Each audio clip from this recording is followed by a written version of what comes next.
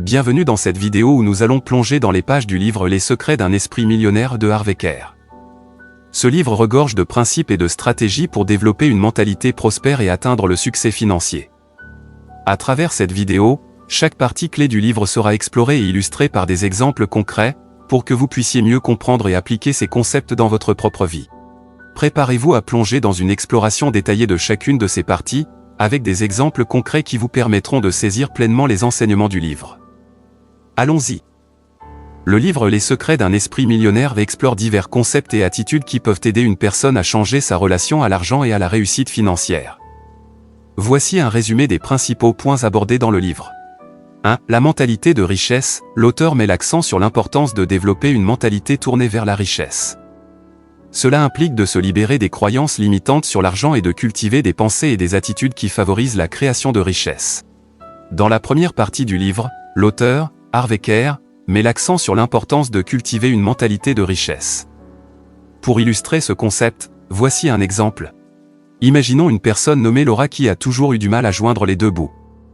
Elle a été élevée dans un environnement où l'argent était souvent source de tension et de préoccupation.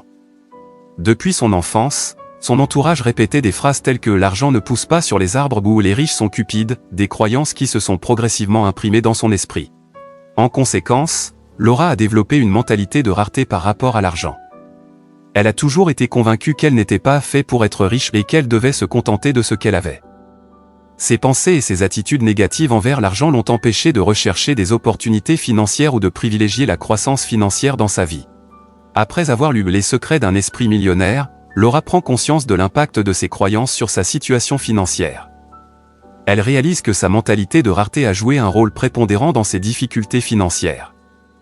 Inspirée par les enseignements du livre, elle commence à surveiller et à ajuster ses pensées au quotidien. Elle remplace progressivement ses pensées limitantes par des pensées positives axées sur l'abondance et la prospérité. Laura commence à se répéter des affirmations telles que « je mérite la prospérité et l'argent est un outil pour créer une vie meilleure ». Ces nouvelles pensées la stimulent pour rechercher des opportunités de revenus supplémentaires et l'encouragent à investir dans son développement financier. Bientôt, elle remarque un changement dans sa relation à l'argent. Elle devient plus ouverte aux possibilités financières et développe une attitude plus prospère. Au fil du temps, Laura constate que cette nouvelle mentalité a un impact positif sur ses finances. Elle commence à épargner régulièrement, à explorer de nouvelles voies professionnelles et à envisager des investissements lucratifs. En cultivant une mentalité de richesse, elle transforme sa relation à l'argent et ouvre la voie à de nouvelles opportunités financières.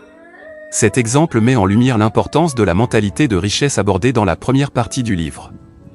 Il illustre comment une personne comme Laura peut transformer sa relation à l'argent en modifiant ses pensées et ses croyances limitantes. En appliquant les principes du livre, elle parvient à adopter une mentalité plus prospère qui influence positivement sa situation financière. 2. La responsabilité financière. Kerr souligne l'importance d'assumer la responsabilité de sa propre situation financière.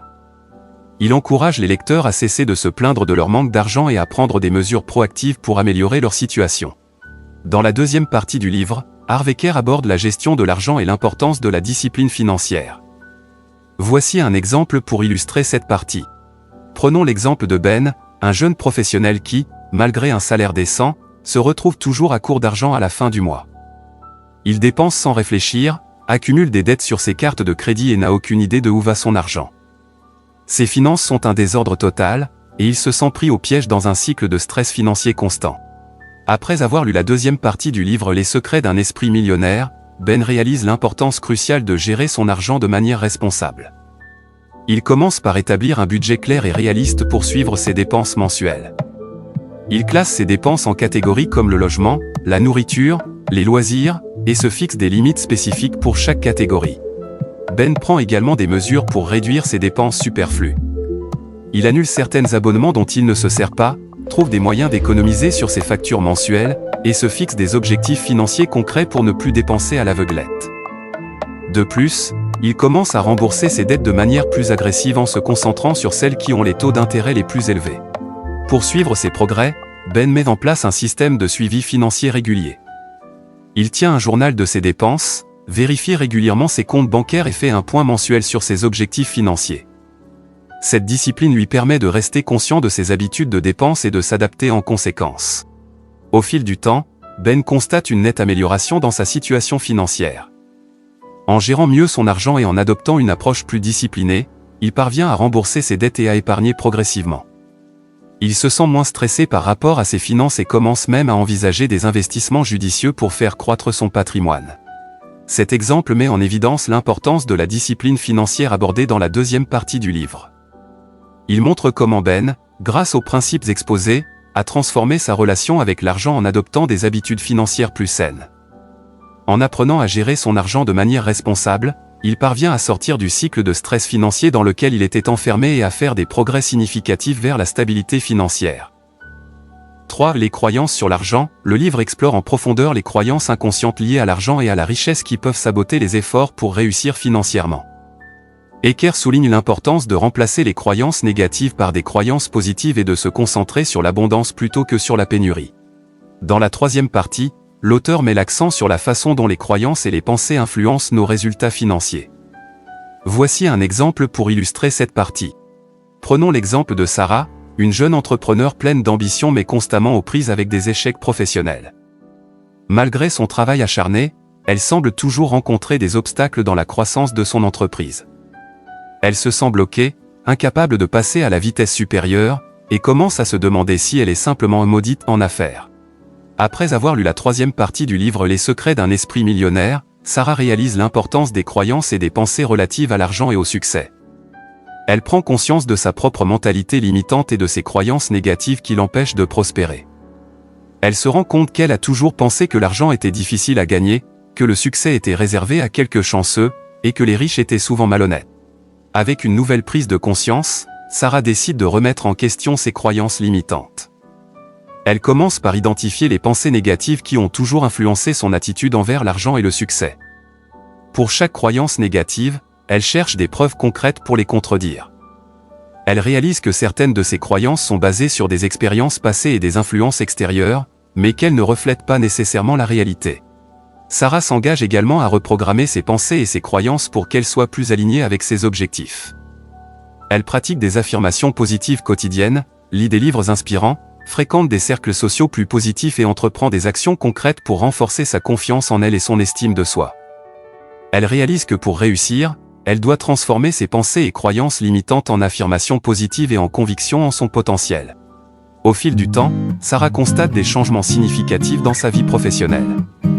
Elle commence à attirer des opportunités qu'elle n'aurait jamais imaginées auparavant.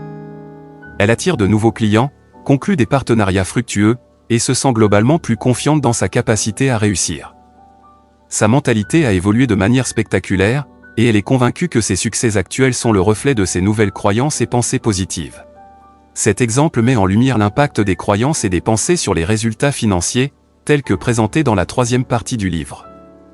Il montre comment Sarah, en prenant conscience de ses croyances limitantes et en s'efforçant de les transformer, parvient à changer sa trajectoire professionnelle. En comprenant le rôle crucial de la mentalité et des pensées dans la réussite financière, elle parvient à surmonter les obstacles et à attirer le succès qu'elle désirait tant. 4. La maîtrise des pensées. L'auteur met en avant l'impact des pensées sur la réalité financière d'une personne. Il encourage les lecteurs à surveiller et à ajuster leurs pensées quotidiennes pour qu'elles soient alignées avec la prospérité et la réussite. Cette partie du livre met l'accent sur la gestion financière, l'investissement et la création de richesses. Voici un exemple pour illustrer cette partie. Imaginons le parcours de Maxime, un jeune professionnel qui a récemment commencé à travailler dans une entreprise après avoir terminé ses études. Ayant lu la quatrième partie du livre, Maxime réalise l'importance de la gestion financière proactive et de l'investissement pour créer un patrimoine durable.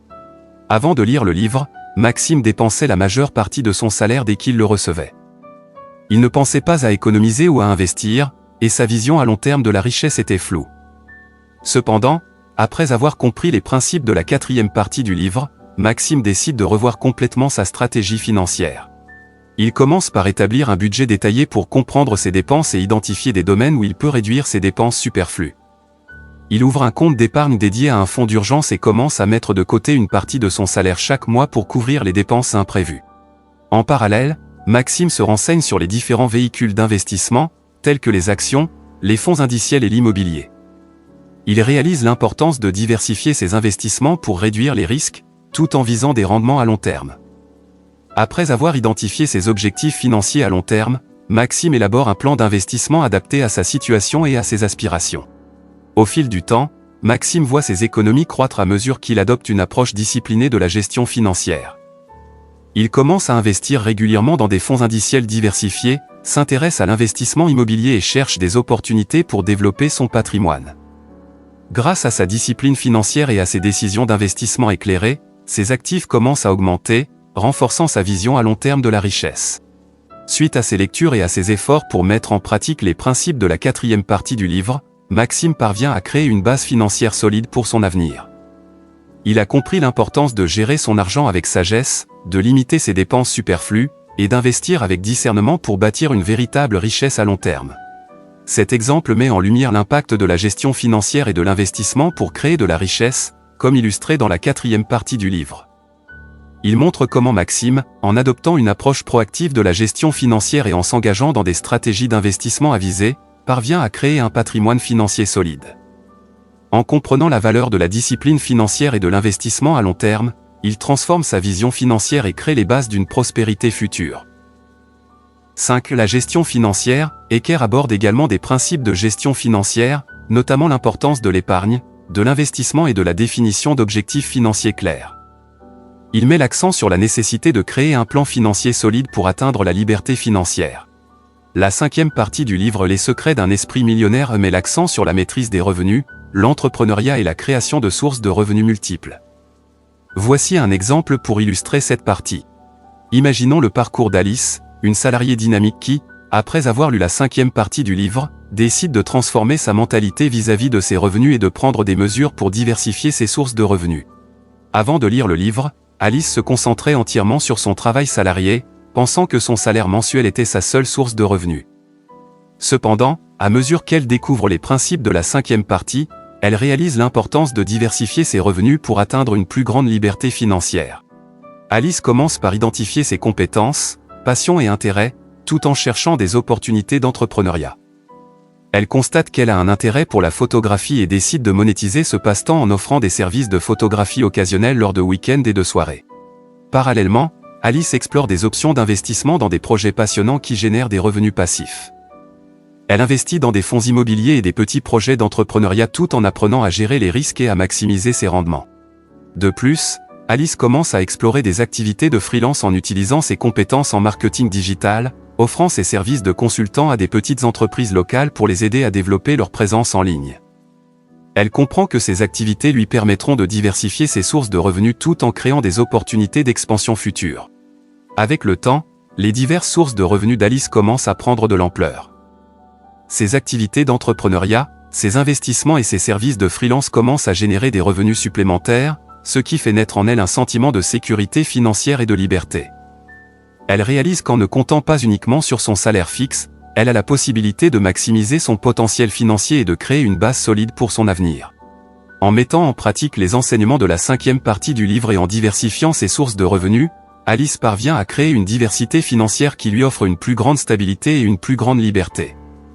Elle comprend que la maîtrise de ses revenus, l'entrepreneuriat et la création de sources de revenus multiples sont des étapes essentielles vers l'indépendance financière et la réalisation de ses aspirations. Cet exemple met en lumière l'impact de la diversification des sources de revenus et de l'entrepreneuriat, comme illustré dans la 5e partie du livre. Il montre comment Alice, en appliquant les principes de diversification et d'entrepreneuriat, parvient à augmenter ses revenus et à créer des opportunités financières supplémentaires. En embrassant la mentalité de la maîtrise des revenus, elle développe une stratégie qui lui permettra de réaliser ses objectifs financiers et de s'épanouir économiquement. 6. Les habitudes de succès. Le livre explore les habitudes et les comportements des personnes financièrement prospères. Eker encourage les lecteurs à adopter des habitudes telles que l'apprentissage continu, la prise de risques calculés et la recherche d'opportunités pour développer leur propre succès financier. La 6e partie du livre met en lumière l'importance de la gestion des actifs et d'une planification financière solide pour assurer la croissance et la préservation de la richesse. Voici un exemple illustratif de cette partie. Prenons l'exemple de Marc et Sophie, un couple qui, après avoir lu la 6e partie du livre, décide d'appliquer les principes de gestion des actifs et de planification financière pour mieux gérer leurs finances et construire un patrimoine durable. Avant la lecture du livre, Marc et Sophie étaient quelque peu indécis quant à la manière de gérer leur patrimoine. Ils déposaient simplement leur argent sur des comptes d'épargne sans réelle stratégie à long terme, ce qui limitait la croissance de leur richesse. Cependant, après avoir intégré les principes de la 6e partie, Marc et Sophie entreprennent une démarche proactive pour gérer et faire croître leurs actifs. Ils commencent par évaluer leur situation financière actuelle et établissent des objectifs à long terme, tels que l'acquisition d'une maison, la préparation de l'éducation de leurs enfants et la préparation de leur retraite. Afin de diversifier leurs actifs, le couple décide d'investir dans un portefeuille diversifié, incluant des actions, des obligations et des fonds indiciels pour en tirer des rendements à long terme. Ils accordent également une attention particulière à la gestion des risques en se renseignant sur la gestion de portefeuille et en consultant des professionnels pour optimiser leurs investissements. Par ailleurs, Marc et Sophie décident de créer un plan financier qui inclut un budget équilibré, des objectifs d'épargne mensuels et une anticipation des futurs besoins. Ils veillent à réduire leurs dépenses non essentielles et à allouer une partie de leurs revenus à des comptes d'épargne et d'investissement, suivant ainsi une approche éclairée en matière de gestion financière. En outre, le couple se documente sur les avantages fiscaux et les dispositifs de défiscalisation disponibles, ce qui leur permet de minimiser leurs charges fiscales et de maximiser leurs économies. Ils s'assurent également de souscrire à une assurance adaptée pour se prémunir contre les imprévus et protéger leur patrimoine. Au fil du temps, Marc et Sophie constatent une croissance progressive de leur patrimoine et une meilleure maîtrise de leur gestion financière. Leur stratégie d'investissement réfléchie leur permet de générer des revenus passifs, tandis que leur planification financière rigoureuse leur offre une tranquillité d'esprit et une vision claire pour l'avenir.